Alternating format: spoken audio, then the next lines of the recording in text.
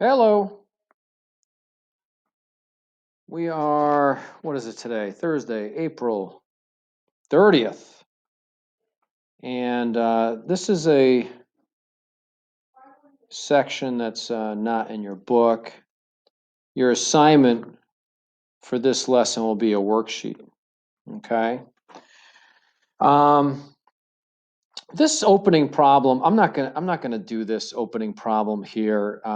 This is great practice. You can mess with it yourself. You got, it's kind of like a puzzle. You got all these angles to fill in based on the given information. I'll have the answers on the solution document, so you can do that for your enjoyment and challenge, a little bit of review practice there. Okay.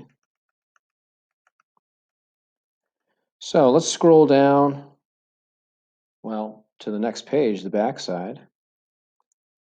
And I'm guessing that what we're going to do here in the beginning might be new for a lot of you. The equation of a circle, most of you probably haven't seen that before. So if the center is h comma k, the equation of a circle looks like this. Okay. And notice how it equals r squared. Usually what I do is I show some, I'll do a little sketch here. You don't need to write this down, but you can kind of get an idea. I'm going to erase this in a moment. So let's say we had a circle centered at the origin with the radius of 5. How many points could you tell me that were on that circle? Hopefully you could tell me these 4 points very easily, right? And that would be 5 comma 0, 0 comma 5, negative 5 comma 0, and 0 comma negative 5. Now the equation of this circle, because it's centered at the origin, you see h and k would be 0, both 0. So the equation would just be x squared plus y squared equals 25. So while we have these 4 points out here on the circle, what are some other points on the circle? And remember, any point that's on, there's an infinite number, but any point that would be on the circle would have to satisfy that equation. And I'm hoping that you're able to think of a bunch. Actually, I can think of about 8 real quickly, because you realize that this kind of looks like a 3, 4, 5 triangle, right? 3, 4, 5 triple. So any kind of point like 4 comma 3, 3 comma 4, that would be on the circle, right? Because 3 squared plus 4 squared is 25. And then of course you could do the negatives. You get 2 of these in every quadrant. So there's an infinite number. This would be the equation of that circle. But any point that satisfies this equation would be make that work, be on the circle. Okay, I'm going to get rid of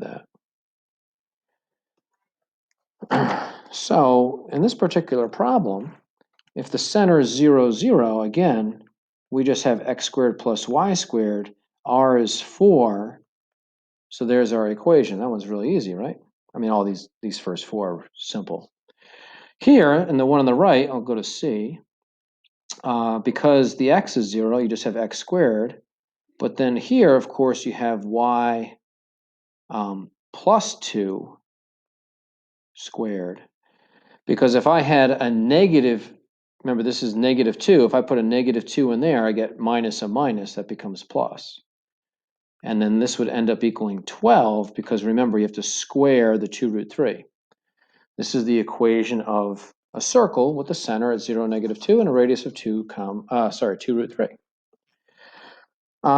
Here, same radius that we did in that example earlier, but now this would be x plus 2 squared plus y minus 1 squared equals 25. And then lastly, we get x plus 6 squared plus y squared equals 1/4. Maybe some of you had seen the equations of a circle before, but obviously I'm doing a condensed lesson here. But there you got the equation of a circle. What might be a little bit harder is this next part where we're completing the square. We're asked to find the center and the radius of a circle represented by each equation. So you notice how this equation has this, it doesn't look like the equation we wrote at the top of this page. We have to adjust it. We have to manipulate this equation and change it to the form that we saw at the top of the page. Now there's no problem here. The x squared, that's fine. We're all good with that. It's this y squared minus 8y. And what we're going to do is we're going to do something called completing the square. Now, hopefully most of you have done this in algebra last year, but it's possible that some of you haven't. And if you did it, you may have forgotten it anyway. So here, let me walk you through this. We're going to rewrite this equation, but I'm going to leave a little space after that 8y term, okay? Because I'm going to write something in there. What we want to do is we are going to what we call complete the square. We're going to make, again, the x squared, that's just by itself out here. Don't worry about that. We're going to put a third term in here to create a perfect square trinomial, and you'll see where it goes in a moment. Now, the process for completing the square to make that perfect square trinomial is to take this b term here, the -8, and we actually need to cut it in half and then square it. So if I cut that in half, I get -4. I square it, I get positive 16. Now, by writing in that plus 16, I've now changed this equation. To keep it balanced, I have to add 16 on this side as well. Okay? But the whole reason for doing this is if we were to factor this thing here, we would get, I'm going to write it up here because I'm going to erase it in a moment. We would get y minus 4 times y minus 4, which of course is y minus 4 squared, and then it equals 25. We now have an equation of a circle. Okay?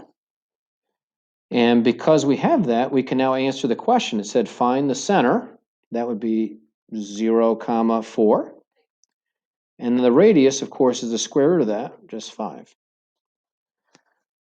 So by completing the square, we create this perfect square trinomial every time. All right? Sound good? Now, on this next one, it's the same thing. It's just that we have to complete the square twice because we have to do it with the x terms and the y terms. So let's rewrite this. I'm going to leave a space after that 2x. Y squared minus 4y. I'm going to leave a space after that. And I'm going to move this 11 over to the other side. Positive over there. And now we're going to do the same thing we did in the first problem, but we just have to complete the square with both of these things. So half of this is 1. Square it. But remember, I have to add it there too. Half of this is -2. Square it. So now I get x plus 1 quantity squared plus y minus 2 quantity squared equals 16. That's my equation of the circle. So my center is -1, 2. And my radius would just be 4. Maybe you want to try, well, I'll do one more. And I mean, you can stop me at any time, of course. Here, we just have to move things over. You can try this one first. You move the 8x over, move the -14y over. We always want to move everything to the side where the x squared and the y squared are positive. So you can move those things over and then try this one yourself. You should get nice answers. And then number 4, you can do that one as well. I'm going to do both of them here in a moment. Number 4, you do get a square root that's not quite as nice. Okay. Here we go. X squared minus 8x, leave a space. Y squared plus 14y, leave a space. Okay, we're going to complete the square. Half of that, 4, 16. Don't forget to add it there. Half of this 7, square it. Don't forget to add it there. You don't have to do those little brackets. I'm just showing you what I'm looking at. I'm just factoring those. That'd be y plus 7 times y plus 7. This is going to equal 100. So, of course, our center is 4 comma negative 7, and our radius is 10. Here we have x squared plus 16x, leave a space, y squared minus 22y equals 20. I'm going to complete the square. I'm going to get 64 here, kind of running out of room. I'm going to get 11, square that, I get 121. So I have to add 121 there. So this becomes x plus 8 squared plus y minus 11 squared equals 205. So my center is negative 8 comma 11, and my radius square root of 205. That doesn't simplify. So that's that. Okay. All right. I'm going to do this problem on the bottom in a moment, but I want to show you something here. It's not on this sheet. Okay, sometimes these problems can, I'm looking for what I wanted to show, but let's see if I can find it. These problems aren't always so nice with the completing the square. Notice how our coefficients in all the problems that we just did in front of the x squared and in front of the y squared were always 1. If you had, and again, you might want to write this on a separate sheet of paper. It's easier for me to just do this here. Let's say you had an equation like this.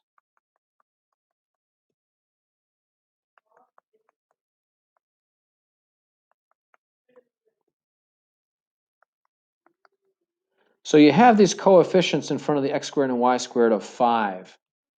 So if you had that situation, your first step, notice how this is, well, your first step would be to get that coefficient to be 1. So you would divide everything by 5. So this would become x squared plus 3x. I'm going to leave a little space because I'm going to have to complete the square, plus y squared. Plus, I'm going to get a fraction. That's okay. You can handle it. Plus 3/5 y. And then I'm going to leave a little space. I'm going to move this 6 over. So it'll be positive, but remember, I have to divide it by 5 as well. So it's the same process. You just have to do this division first. And sometimes when you do that division, you will end up with some uglier numbers. But you guys are big boys and big girls. You should be able to handle that. I mean, half of this, of course, is 3 halves. Probably easier to work with fractions. 3 halves, and then I square it. I get 9/4. I have to add it there. Okay. And here, half of 3/5, the easiest thing to do there is half of 3/5 would be 3/10. And if I square that, I get 9/100. I have to add that there. Sorry, don't have much room here. So this thing here becomes x plus 3 halves squared. And then this thing here becomes y plus 3/10 squared. And this is going to equal 177 over 50 if you find your common denominator and do that correctly. Now the center here is a no-brainer. All right, center here is a no-brainer. The radius here takes a little bit of work. I mean, not much, but you should get a radius. If you take the square root of that, should be square root of 354 over 10. Okay. All right, I will go through this last problem here. I'm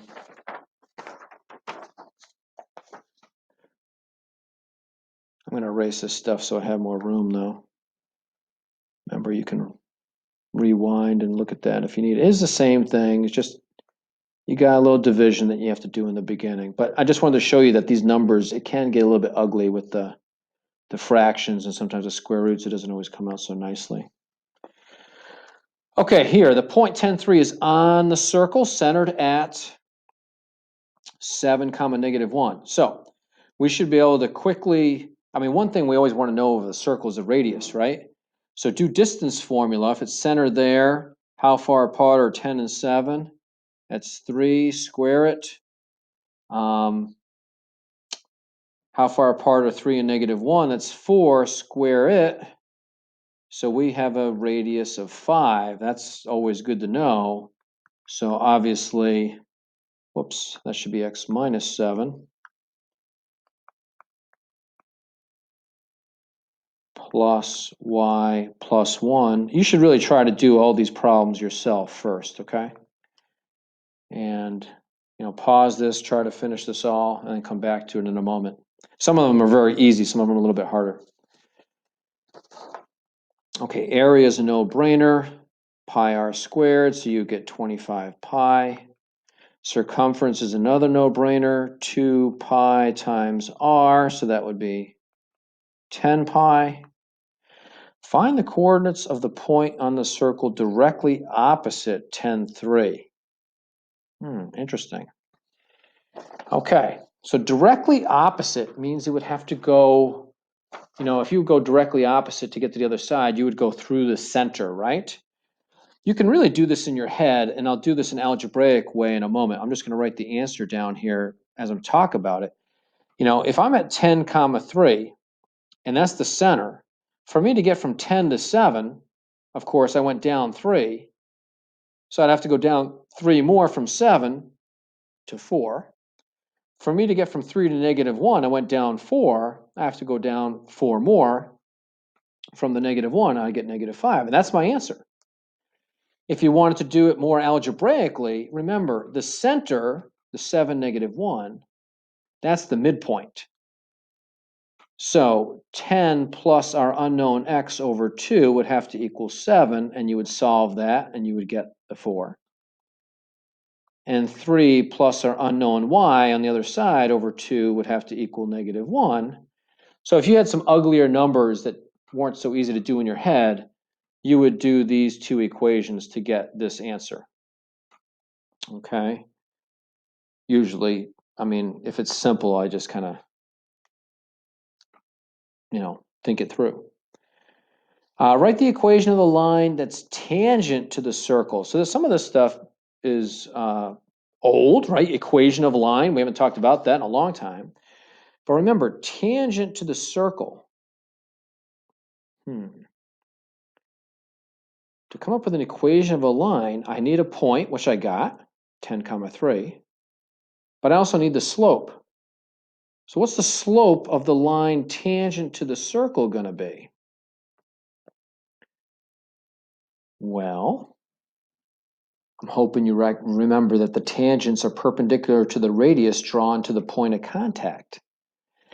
So if my center is, 7, negative 1, let's find the slope of the radius using those 2 points. That's going to be what? Change in y over change in x. 3 minus negative 1 is 4. 10. So the slope of my radius is 4/3. So that means my my tangent line has to be the opposite reciprocal slope of -3/4, so this ends up being fairly easy in the end.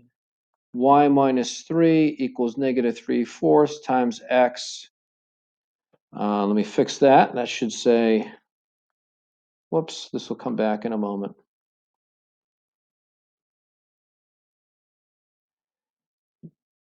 This is going to say x minus 10, and there's that equation. So we have to remember that, the tangent's perpendicular to the radius. We have to remember some of our equation aligned stuff. We left it in point slope form because it just asked for an equation. It didn't specify form, and that is fine. This one can be a little bit tricky. A lot of times people get the wrong answer here. Find the distance between -1, 0, and the circle.